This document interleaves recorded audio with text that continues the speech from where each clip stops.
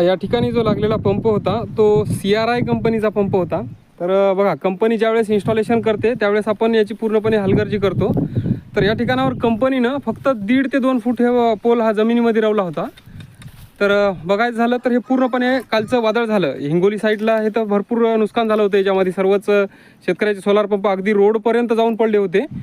पण ज्या शेतकऱ्यांनी हे कमी फाउंडेशन केलेले आहेत कमी खोलीपर्यंत, त्या शेतकऱ्यांना एक सूचना आहे की हे फाउंडेशन तुम्ही आत्ताच याचं जे आहे ते पूर्ण फाउंडेशन कंप्लीट करून घ्या आणि याचे इन्स्पेक्शन करून घ्या ज्याच्या इन्शुरन्सवाल्या लोकांकडून, जेणेकरून तुमचे असं जर झालं तर भविष्यात याचे इन्शुरन्स क्लेम होतील। अन्यथा आता हे जे आहे ते इन्शुरन्स संपलेल्या सोलारचे क्लेमसुद्धा होणार नाहीत आणि याचे जर तुम्ही इन्स्पेक्शन करून घेतले नाही तर तुम्हाला अडचणी येणार आहेत। आणि फाउंडेशन करता वेळेस आवर्जून याचे पक्के फाउंडेशन करा, नाहीतर या अडचणीस तुम्हाला सामोरं जावं लागणार आहे आणि खूप सारं मोठं नुकसान याच्यामध्ये होणार आहे।